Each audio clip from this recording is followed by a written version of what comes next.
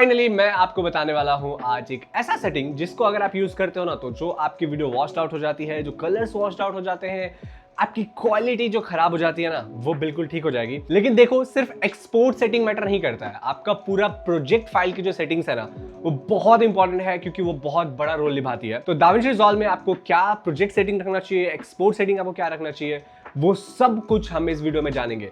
अब देखो, बहुत सारे लोग बोलते हैं गामा 2.4, रेक्स 709, रेक्स 709A, ये सब क्या होता है। अब देखो, गामा 2.4, रेक्स 709 हम कहाँ यूज करते हैं? रेक्स 709 एंड गामा 2.4 हम विंडोज पीसी में यूज करते हैं। एंड रेक्स 709A क्या है? तो A का मतलब होता है एप्पल। तो एप्पल के लिए racks 709A the best setting है।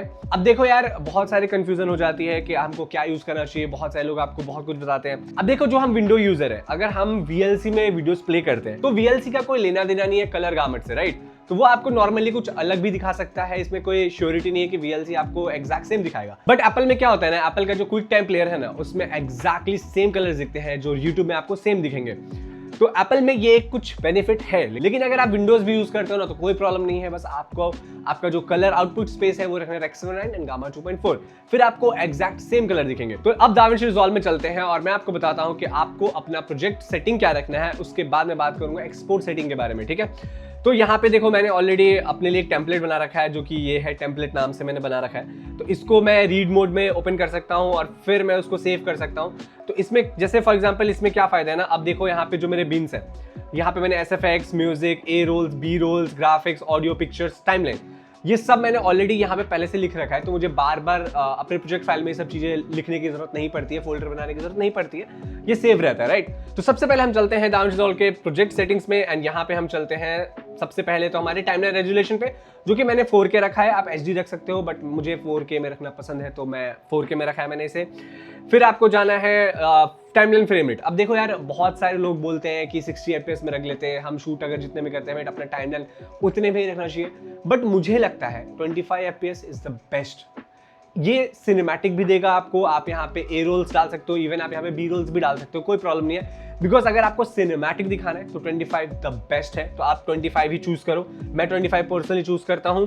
एंड 23.9 भी आप चूज कर सकते हो, बट मुझे लगता है for Indians 25 is the best, ठीक है? फिर हम यहाँ पे जाते हैं वीडियो बिट डेप्थ, जो कि 10 बिट है। ऑब्वियसली अगर आपके पास 10 बिट कैमरा है तो 10 बिट ही रखो, 8 बिट है तो 8 बिट रखो। मॉनिटर स्केलिंग को आपको बेसिक नहीं रखना है, बिलिनियर रखना है आपको। एंड देन यहाँ पे आपको मैट्रिक्स फॉर 422 SDI आउटपुट रखना है आपको, स्टैंडर्ड डायनेमिक रेंज, ठीक है? ये डेफिनेटली आप यूज करना, बिकॉज यहाँ पे देखो, जैसे आप यूज में क्लिक करोगे तो आपको रेक्स 709, तो आप सबको पता होगा कि हमें क्या चूज करना है, रेक्स 709, ठीक है? अब यहाँ पे हम जाते हैं रेंडर कैच के लिए। तो यहाँ पे मैंने ये जो सेटिंग्स रखी है, proximity resolution choose automatically, ProRes 422 high quality. अब देखो, इसमें क्या होता है ना, हाई क्वालिटी में ये थोड़ा सा PC में प्रेशर ज्यादा डालता है, बिकॉज एक हाई प्रोफाइल है। एप्पल ProRes ऑब्वियसली आपको पता होगा, बहुत हाई प्रोफाइल है। बट मैं ये चूज करता हूँ, आप दूसरे ऑप्शन देख सकते हो, बट मैं यही चूज करता हूँ, मुझे यही सही लगता है, ठीक है? अब सबसे इंपॉर्टेंट चीज, कलर मैनेजमेंट की जो सेटिंग है, वहां पे जाते हैं। तो सबसे पहले कलर स्पेस क्या है हमारा, DaVinci YRGB, right? Timeline colour space क्या है, DaVinci white gamut intermediate, right? And now output colour space क्या है। अब बहुत सारे लोग डिफरेंट कलर स्पेस यूज करते हैं। जैसे कोई बोलता है कि यार दाविंची का यूज करो, कोई बोलता है रेक्स 709A, जैसे मैंने आपको थोड़ी देर पहले बताया। तो अगर आपको पता चल गया हो रेक्स 709 किसको चूज करना है, जो एप्पल यूजर है। लेकिन क्योंकि मैं विंडोज में कर रहा हूं, तो मैं चूज करूंगा रेक्स 709 गामा 2.4, राइट? ओके। उसके बाद नीचे के सारे सेटिंग मैं सेम रहने दूंगा, यहाँ पे मेरा और कुछ काम नहीं है। अब हम जाते हैं जनरल में। अब यहाँ पे आपको देखो, कुछ सेटिंग्स आपको अपने आप चेंज करनी है। For example, mix frame rate मैंने रिजॉल्व रखा है, और बाकी ऊपर के सेटिंग्स सब सेम रखने हैं आपको, ठीक है? फिर कैमरा रॉ में जाते हैं। ये यहाँ पे एरी है, जिसको मैं सोनी करूँगा, बिकॉज मैं सोनी से ही शूट करता हूँ। तो I will go with Sony and then मैं इसको सेव करूँगा। कैप्शन प्लेबैक, ठीक है? अब इसमें आप HD 108 F25 रख सकते हो, मैंने भी वही रखा है, आपको भी वही रखना है। सिंपल वीडियो डिफ 10 बिट, ठीक है? फिर यहाँ पे हम जाते हैं कैप्चर में। तो यहाँ पे भी अगेन आपको क्या चूज करना है, जैसे मैंने चूज करा है video and audio, capture video and audio, और ये दोनों करेगा। वीडियो फॉर्मेट DPX नहीं रखा है मैंने, क्विक टाइम रखा है। And codec obviously Apple ProRes ही रखा है, ताकि हाई क्वालिटी में हो। बट अगेन आपके PC के ऊपर वो डिपेंड करता है, ठीक है? उसके बाद हमारा यहाँ पे कोई काम नहीं है, उसके बाद आप इसे सेव कर दो, ठीक है? जहां तक आपको क्लियर हो गया होगा कि आपका जो प्रोजेक्ट सेटिंग है वो आपको क्या रखना है, अब हम बात करते हैं एक्सपोर्ट सेटिंग के बारे में कि अब आपको एक्सपोर्ट सेटिंग क्या रखना है, ठीक है। अब देखो, जब हम यहाँ पे एक्सपोर्ट सेटिंग पे जाते हैं ना, तो यहाँ पे हमें बहुत सारे कस्टम प्रीसेट्स मिल जाते हैं यूट्यूब के लिए, 4K HD 720 पिक्सल्स, बट मैं इन सब में नहीं जाता, ठीक है। XML प्रीमियर प्रो के लिए भी आप निकाल सकते हो, बट मैं यहाँ पे नहीं जाता।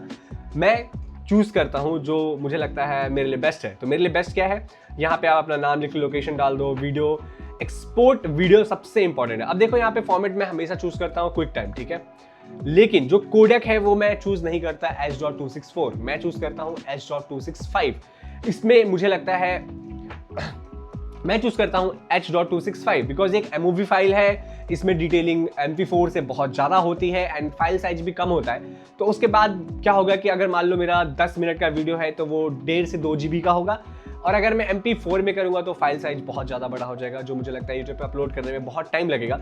और मुझे लगता है आज के टाइम पे हर एक फ़ोन में कोडेक H.265 सपोर्ट करता है, तो मैं तो H.265 ही हमेशा चूज़ करता हूँ। एंड देन उसके बाद हम जाते हैं टाइमलाइन फ्रेम रेट, ये सब सेट आपको सेम रखना है। इनकोडिंग प्रोफाइल आपको मेन रखना है, ऑटोमेटिक रखना है, एंड इनकोडिंग प्रोफाइल आपको मेन रखना है, फ्रेम रिकॉर्डिंग ऑन है, एंड आपको रेट कंट्रोल भी आपको सेम रखना है, क्वालिटी आपको बेस्ट रखना है। यहाँ पे देखो आपको बहुत सारे मिल जाएंगे, हाई, मीडियम, लो, बट आपको ऑलवेज चूज़ करना है बेस्ट, ठीक है। प्रीसेट को आप फास्ट रखना, ट्यूनिंग को आप हाई क्वालिटी रखना, अल्ट्रा हाई क्वालिटी भी आप रख सकते हो, मैं हाई क्वालिटी ही रखता हूँ। एंड नाउ यहाँ पे और कुछ ऐसा सेटिंग्स नहीं है, बट आप फिर भी देख लो, मेरा एडवांस सेटिंग में मैंने ये रखा है, कलर स्पेस है, ये मैंने लाइक सेम रखा है, सेम एज प्रोजेक्ट, बिकॉज मेरा जो आउटपुट कलर है वो है Rec 709 गामा 2.4। तो अगर आप एप्पल यूजर हो, ठीक है, तो आप Rec 709A चूज करना ऑलवेज, बिकॉज देखो यार, एप्पल के लिए एक अलग सा कोडेक होता है एंड यूट्यूब को लगता है कि आप कुछ भी अपलोड कर रहे हो तो Rec 709A में कर रहे हो, कुछ भी अपलोड कर रहे हो Rec 709A। ओके, आपको लग रहा होगा कि आप मैक में एडिट कर रहे हो, आपने Rec 709 डाल दिया, लेकिन यूट्यूब बोलता है नहीं यार, तुम तो Rec 709A में ही अपलोड कर रहे हो। तो इसीलिए अगर आप एप्पल यूजर हो तो Rec 709A ही चूज करना। एंड ये वो सेटिंग है जो कि बहुत ईजियर सेटिंग है, एंड आपको यही दो सेटिंग्स ऐसे हैं ना, एक प्रोजेक्ट फाइल की सेटिंग्स एंड ये एक्सपोर्ट सेटिंग्स, आपके वीडियोस का जो कलर वॉश आउट हो जाता है या फिर जो डिटेलिंग चली जाती है ना, वो नहीं जाएगी, ठीक है। तो ये आप यूट्यूब के लिए, क्लाइंट्स को देने के लिए, या फिर आप अपने रील्स के लिए भी सेम सेटिंग रख सकते हो। और देखो, इसके साथ साथ ना मैं एक और चीज़ आपको बताऊंगा। अब ये सेटिंग आपने अपने कंप्यूटर में रख लिया और फिर भी अगर सेम नहीं आ रहा ना, तो प्रॉब्लम सिर्फ ये सेटिंग्स नहीं है, प्रॉब्लम आपका ये मॉनिटर भी है। मैं जो मॉनिटर यूज करता हूँ वो Asus का Pro 8 है, ये ट्रू कलर मॉनिटर है, तो जो यहाँ मुझे दिखेगा वही मुझे सारे डिवाइसेस में दिखेगा, वो भी बहुत इंपॉर्टेंट चीज़ है। तो देखो, Asus Pro 8 के एक मॉनिटर आता है 24,000 का, तो आपके बजट में भी है वो। तो अगर आप एक एडिटर हो तो मुझे लगता है आपके पास एक ट्रू कलर मॉनिटर तो डेफिनेटली होना ही चाहिए। तो फटाफट से जाओ, अपने DaVinci Resolve को ओपन करो, ये सेटिंग चेंज करो, और ऐसे वीडियोस के लिए मुझे सब्सक्राइब करना मत भूलना। मिलते हैं अगले वाले वीडियो में, चलें bye bye, take care, bye bye.